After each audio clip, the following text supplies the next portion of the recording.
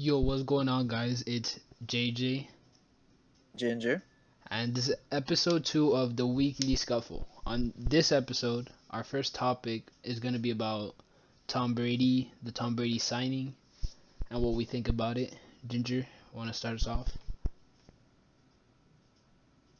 Signing is very interesting to me. That I like it for Tampa Bay, of course. So that now they don't have Jameis Winston turning the ball over every play, but I see a lot of like Super Bowl predictions or contender predictions for the Buccaneers, and I mean Tom Brady's a good quarterback, but like, he's not as elite as he is anymore. He can't throw the deep balls accurate anymore. Like I just don't understand how people are turning them into like contenders. Like I know he has Mike Evans, Chris Godwin, OJ Howard, and other weapons there, and he has a good defense with good protection. But like I feel like they're over exaggerating. Like I'm not saying Tom Brady's a bum or bad or anything. I think he's still a good quarterback. It's just in an offense that threw the ball so much and deep with Tom Brady, who's 43, I think, and has a an arm that's not getting any younger. How is he gonna throw it accurate enough for them? Like, do you get what I'm saying here?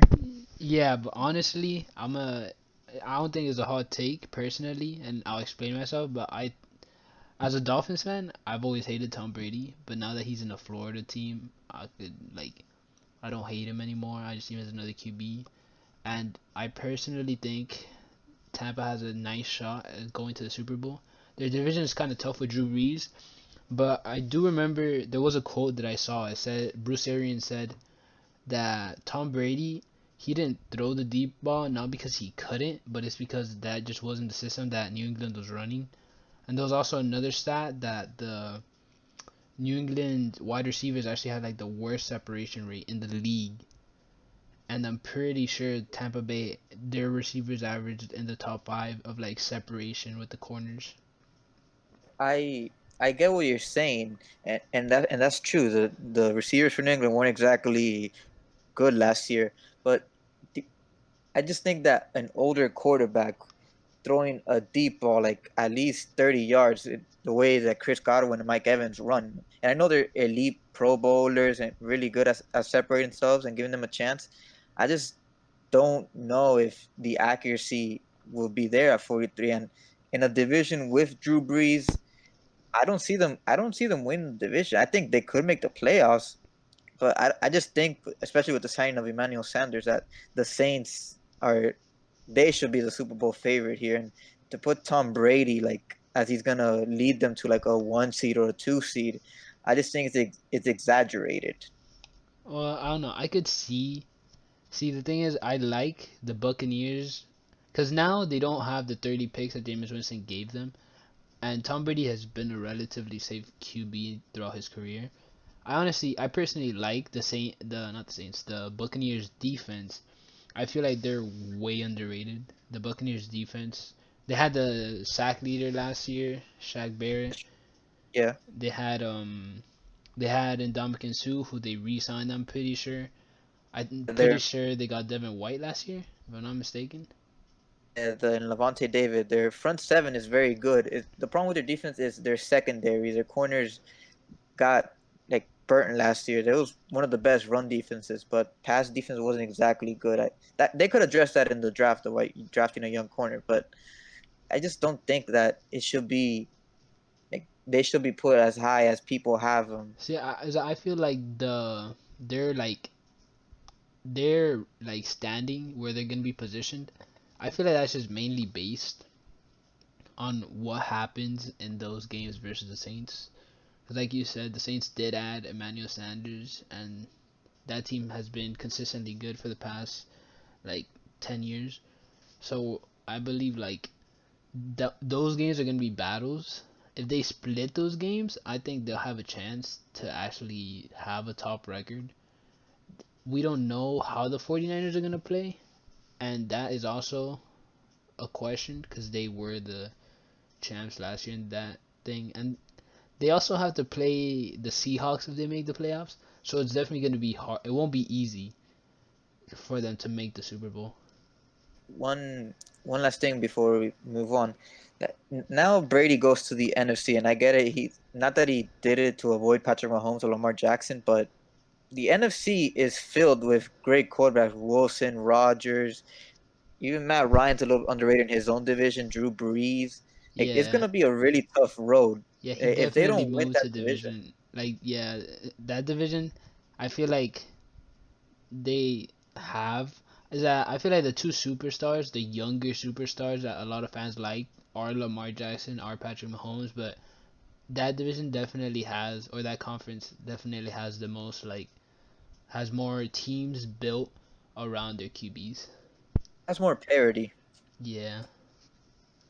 Alright, so our next topic, we're gonna move on. It's about we each picked one team, and it's one young team in the NFL that we both like, and we're both gonna explain why we like these teams. Do you want to start us off? One thing though, it's not we're not picking the champs, for example, like that. It's a young team for the future, like a rebuilding team like that. So not to like pick a contender right now. Yeah. My team is the Cardinals actually. Uh, and I get it. It's the Cardinals with Cliff Kingsbury, who just got a 1 year deal for nothing basically because he didn't do anything in Texas Tech. But I believe that Kyler Murray like will rise in the second year, especially now with DeAndre Hopkins as a target, with Larry Fitzgerald coming back, and Christian Kirk hopefully getting healthy. They still have Kenyon Drake, who he played 8 games for them and played the other 6 with the Dolphins, but only games for the Cardinals. He averaged 5.2 yards per carry, had 8 rushing touchdowns in 123 attempts, 643 yards total. Those are really good numbers. And if you double that, like same production over a full season, that's over 1,000 yards and one of the league leading rushers. They signed Jordan Phillips for the defense. They re-signed Justin Murray for O line help, and they still have the eighth pick in the draft. They could take CeeDee Lamb. They could draft maybe Isaiah Simmons to help, or maybe a tackle. Then I think they could possibly make a playoff run this year, especially with it expanding to 7 teams now. And I know they're in the NFC West, the Seahawks, the 49ers. It's a tough division, but I think they will be very well positioned for the next 3 years and maybe contending for, I don't want to say a Super Bowl, but like at least like an NFC Championship game in the next 3 to 4 years. Yeah, for sure. All right, my young team is the Denver Broncos, and the reason I like this team, I'm gonna start off with that QB of the future that they have. I was personally a fan of him in last year's draft. I wanted my team, the Dolphins, to draft him in the second round. It didn't happen, but he's in Denver now. Denver made a smart move. I'm pretty sure it was also last year's draft. They traded down from their pick and they got Noah Fant, who was the top tight end in that draft. And they also have Cortland Sutton on that team, and I think he's a good receiver for them. They have two nice running backs in Philip Lindsay now and Melvin Gordon, so that gives them a really good running game.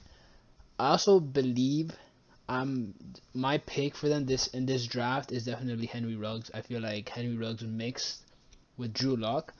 Those two are really, like, if those two pair up, or even a CeeDee Lamb, just that speed with Lock's arm is gonna create one hell of a threat. I feel like it's gonna create a Patrick Mahomes, Tyreek Hill threat. Which, speaking of Patrick Mahomes and Tyreek Hill, they're in their division, so I look forward to those battles in the near future. But I also, they did lose their center McGovern, but they also got a no, they lost a guard. I think McGovern was a guard, and they also signed Glasgow, who he was a center. That's a nice signing, helping the interior a little bit. And they also they did some very underrated trades that I feel like a lot of people looked over. They traded for Jarrell Casey. They only traded a seventh round pick for him.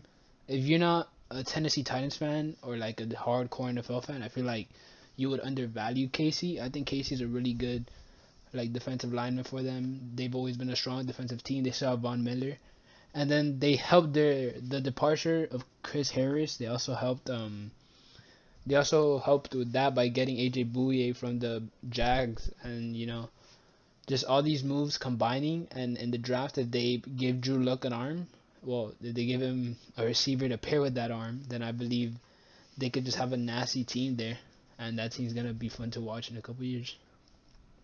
I I like that team.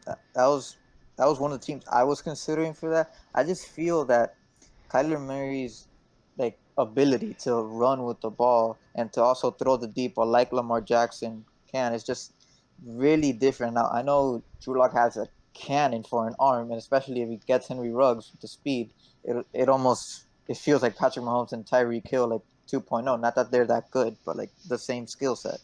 I, I think trading for if not the best receiver in the NFL, one of the top three in DeAndre Hopkins will just help out Kyler Murray so much. Like DeAndre Hopkins, like you put the ball anywhere near him, and he will most likely catch. Like he'll take away some interceptions that Kyler had last year, just as a target now, and opening up guys like Christian Kirk and Larry Fitzgerald, and that with Kenyon Drake, who I gave you stats. He if he played the entire year with them, I believe he could have been a Pro Bowler. Yeah, but in that, like, we're talking about backfields. Melvin Gordon and Philip Lindsay. I feel like that backfield. A lot of people were like, "Why sign Melvin Gordon?" I look at it as why not sign Melvin Gordon. You're just expanding your run game. Like you're giving them each reps. They have to. If you have Philip Lindsay, you could also throw people off, and then people are like, "Oh, Philip Lindsay's in. Is gonna. They're probably gonna pass it to him, and then it could just be a run play, and no one will see it coming. They could run two running backs in the same set, and then you got Melvin Gordon, who isn't a bad blocker, and you also got Lindsay, who's a good receiver, so he could, you know, they could make some moves there. The thing is, last year Melvin Gordon held out for I believe like 4 games, and when he came back, he shared touches with Austin Eckler. I believe Melvin got about 18 touches per game, and he never really got into a groove like last season. He said himself like that's not enough for him. So now with Philip Lindsay there, I think there's not one clear running back there. I think they have to share touches because they're both that talented. So that I don't think that Melvin can play at his like level that he was playing 2 years ago, where he was an all pro basically. Yeah, I see what you mean. Well, now that we both talked about our teams, would you like to talk about the team we both would have picked here? I think, We let's tell them we made a rule here not to pick this team because we both would have picked. I think you guys know already. It's the Dolphins. yeah, we would have picked the Dolphins. I mean, do you want to give a little example about why we would pick the Dolphins? I have their I have their free agent signings here. Start with the biggest one, Byron Jones, a Pro Bowl caliber cornerback, alongside Xavier Howard in the secondary. Yeah, They also signed Shaq Lawson, Emmanuel Ogba, Landon Roberts, and Cal Van Noy to help with that defense. Now they have pressure off the edge and inside that they didn't have last year. And they signed Ted Karras, who last year our center was injured, to provide some O line help with, and Jordan Howard, actual running back, like at an NFL running back at least. Last year it was Fitzpatrick who led the team in rushing yards. yeah, it's not good when Fitzpatrick is leading you in rushing yards. All right, well, one thing I'd like to talk about is all right, the Dolphins. They have Fitzpatrick, and yeah, he's not the future, but probably we will probably. I'm saying probably. I think we both want this to happen. We're expecting to get Tua. It's just you might see a whole bunch of reports, but we're just both expecting Tua. Either way, I'm pretty sure if the Dolphins don't get Tua, they'll get Herbert, they'll get Jordan. The QB of the future will get drafted this year, and I believe that once we draft that quarterback, we're gonna, with all the spending we did on defense this year, I believe we're definitely gonna spend most of our first and second round picks on offense, and I think it's gonna be QB with the first pick. We're gonna get either, and with the next three picks, we're definitely gonna get two linemen and probably a running back. So if we get a DeAndre Swift, if we get a Josh Jones, if we get a Austin Jackson, an Andrew Thomas, whoever falls to our picks, that's honestly just gonna be perfect for us. And What yeah, one thing I like to add is that the Dolphins started 0-7 last year and then Yeah. went 5-4. Yes. Now, the biggest problem I believe that was at the beginning it was our offense that we could not move the ball at Yeah. all, and then I. eventually that fixed itself. Yeah. Now we've spent the money on defense, so our defense should be improved. Just having the offense we had last year, which is not even, it's now I'm saying one of the best, but it's a capable offense with this new defense. I think it could get an extra couple games instead of finishing like I believe we finished 5-11. It could go to an 8-8 Yeah, or I, nine and I'd, seven. I'd like to add to that point. There was actually, I remember there was a stat. I'm not sure. We probably had one of the worst defenses by the end of the year, but definitely towards the beginning of the year, I remember there was a stat, and I think it was whoever was like commentating on the game stated that the Dolphins' defense has actually been playing. They were playing pretty good, but the thing is, since the offense wasn't able to stay on the field, they would just get tired, and by the time the second half came around, they'd be gassed, and they would just points would start pouring in by the other team.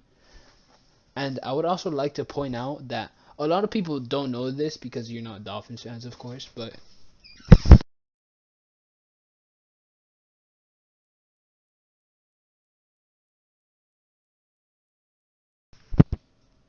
sorry, there my mic cut out. Um, a lot of people wouldn't know this, but Dolphins do have two great wide receivers on the boundary, which are Devontae Parker and Preston Williams. A lot of people don't know about Preston Williams, undrafted signee from last year's draft. He was honestly he was honestly playing pretty extraordinary, but then he got injured at the beginning of the season, and this year, hopefully with an improved O line, a better run game, those two will thrive even more than they did. Devontae being snubbed from an All Star, a Pro Bowl appearance. There was a period in time last year where I believe Devontae caught a touchdown pass in like 5 straight games there. At least one, I know that for sure. And just to show you how bad the offense was, in week 2 of last year, we lost 43-0 to the Patriots in New England, in not New England, in Miami. I believe we had two pick sixes and like two fumbles just on the off. Like New England returned it for them. That's what 20. That's at least 21 points is a fumbles return. 28. And Yeah, that was and it was 43 zip. So our defense really kept them to 15 points. That's serviceable. It's just our offense yeah, couldn't do anything against them. yeah. I'd also the last thing I'd like to add on this topic is Brian Flores. I think we both agree that that Dolphins team was the worst collection of talent that we've ever seen. The Even beginning, the beginning. Yeah, well, I mean, even then, they're even worse. I think talent wise, they're even worse than the Browns were. The fact is, they got coached up so well. They played as a team, they played together, they learned to rely on each other. Their strengths got stronger. Flores just coached the team really good as well as he could. And because everyone was saying the Dolphins were probably going to go 0-16, and Flores got 5 wins out of that team. But yeah, I think I'd like to end it there. And One last point. yeah, yeah, I I was surprised at this myself. The Dolphins were one of the fewest penalized teams last year. yeah. That's the That coaching. shows you that's good coaching. That's good coaching by Flores. And most people or most free agents, the reason they say they signed here, Brian Flores. Yeah, it's such a flow, and that's definitely something to look forward to as Dolphins fans. All right, so all right, we're gonna switch the topic real quick, and we're gonna talk about how we think the top 5 picks of the NBA draft are gonna go. We're we're gonna we're gonna leave. We're gonna do it by record wise, so it's gonna be first the Warriors, then the Cavs, the Timberwolves, the Hawks, and then the Pistons. So we're gonna each make our. We haven't talked to each other about our own drafts yet, but we're each gonna talk and say what we think is gonna go. Do you want to start us off? Uh, sure. Do you want me to do all five or do one and then you do one? Yeah, we'll just do one, and then we'll analyze each of our picks. I have at number one the Warriors picking. I have James Wiseman picking for them.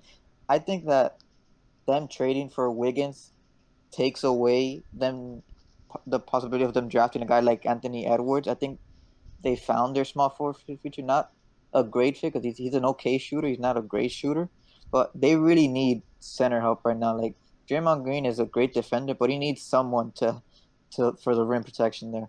And Wiseman to me is the best prospect. Yes, and I was really tempted to pick Lamelo Ball for this spot because I think he could fit a Sean Livingston role, but I also picked James Wiseman because I honestly think we're not doing any trades, so I think Wiseman is just gonna be perfect for them, and like just the defense he brings, the rim running. He's not a bad shooter at all. He has a shot. He's been working out since the NCAA didn't let him play because no one likes NCAA. And yeah, they're. I think he's a good fit for them. Honestly, he was made for that team. If they get him, they'll be lucky. At number two, I have the Cavs picking Anthony Edwards, and he plays 6'5". He plays the shooting guard, small forward role, mostly a shooting guard. Their last two first round picks in the draft have been Darius Garland and Colin Sexton, two ball dominant guards. But I think Cavs right now are in a horrible situation. I think best player available, and it probably would have been James Wiseman. They I know they traded for Drummond, but they probably like a younger guys. I think Anthony Edwards is best player left in this draft, and that's what they need right now. Yeah, for sure. See, I'm gonna take this a little bit differently. I like Anthony Edwards. I think they should go with the best available player. But in my opinion, I've liked the way these guys have played. I like the Ball family. They got their strengths, and I think just the big name that is Lamelo Ball will help Cleveland being a small market, if not one of the smallest markets, since that team has been LeBron James forever. And bringing in But just a superstar like Lamelo Ball in his own right, what can help them be a better team. And I'm not saying Anthony Edwards is better or worse. I just feel like Lamelo could definitely bring his own thing, his own sauce to this team, and he can make it work. one before we move on, like, do you wonder, like, will LeVar allow that for him to go to Cleveland? That is I one mean, thing. I don't know. I'm assuming LeVar has been pretty quiet recently. Lonzo has been starting to improve.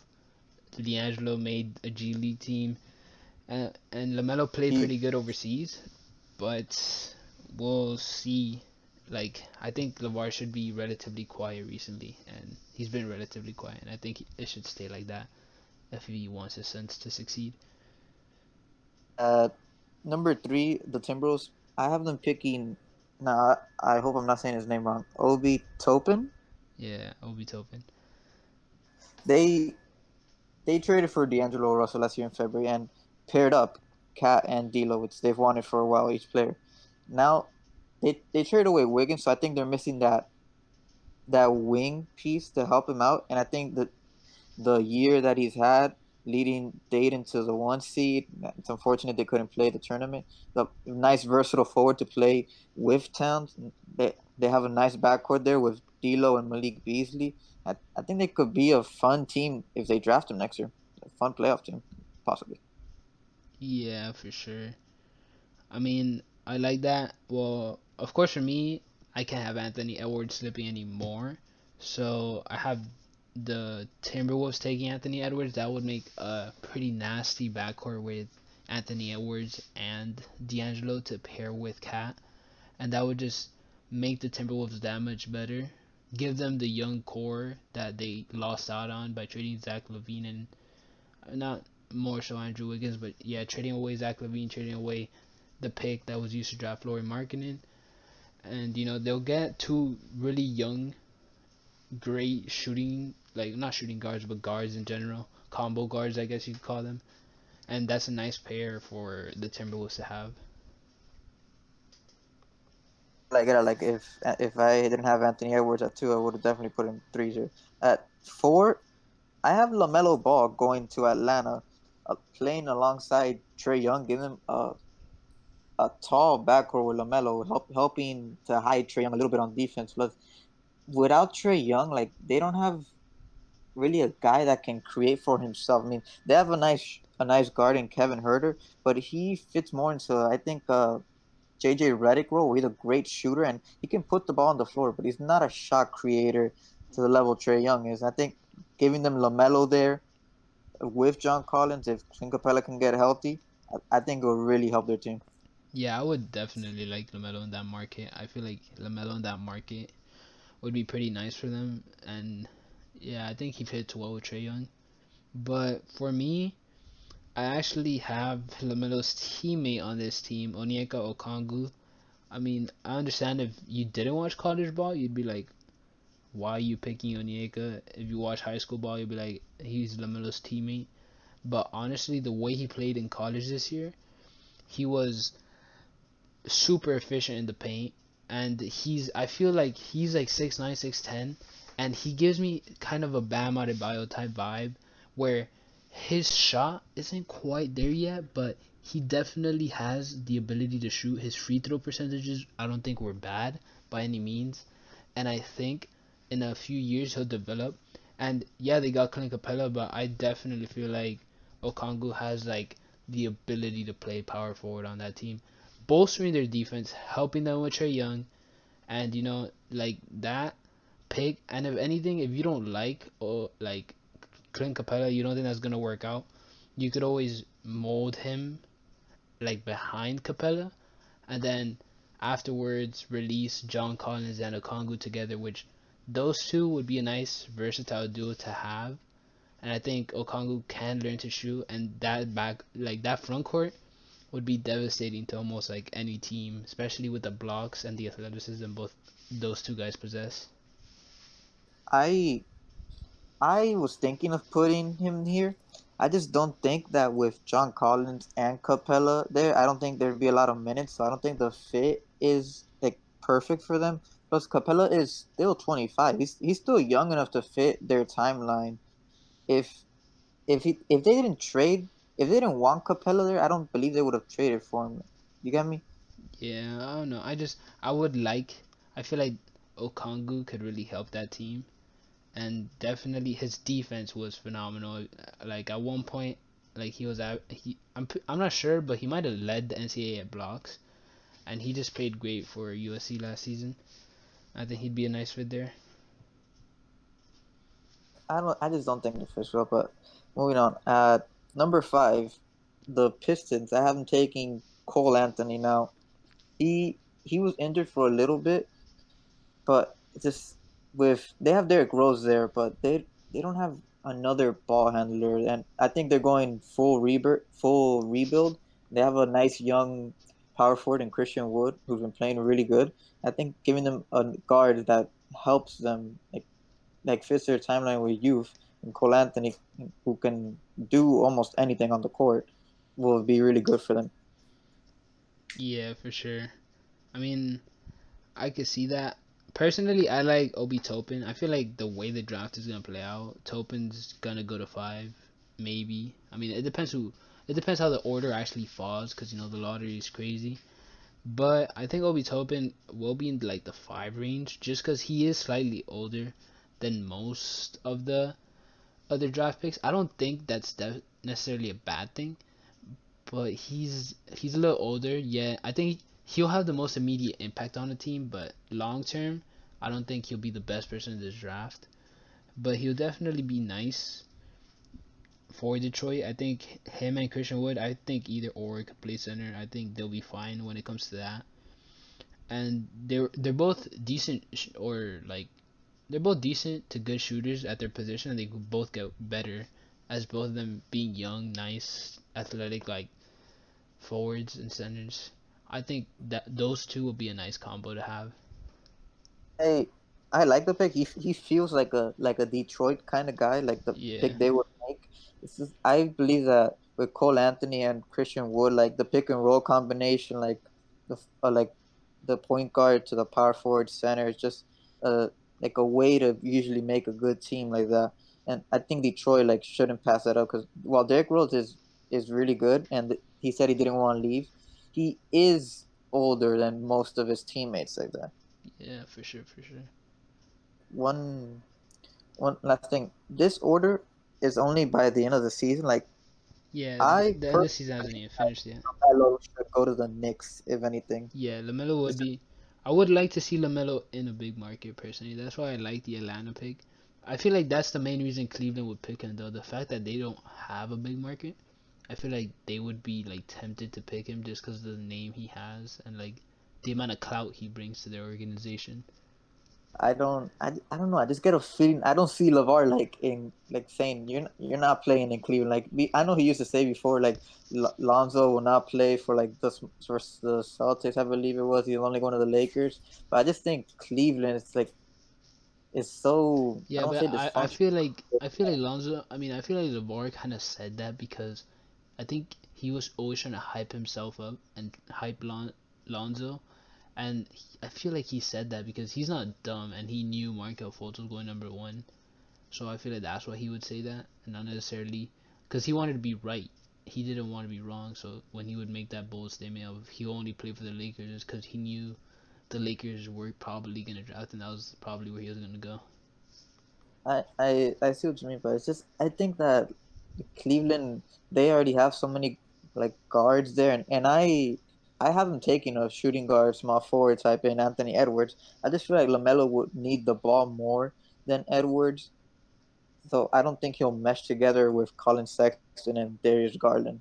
I mean, I think they're both pretty ball dominant. I think that either way, whoever Cleveland drafts, if they're in the top two picks or top three, they're gonna have to trade Garland or Foot or Sexton, because either way, those two players just aren't working out for them.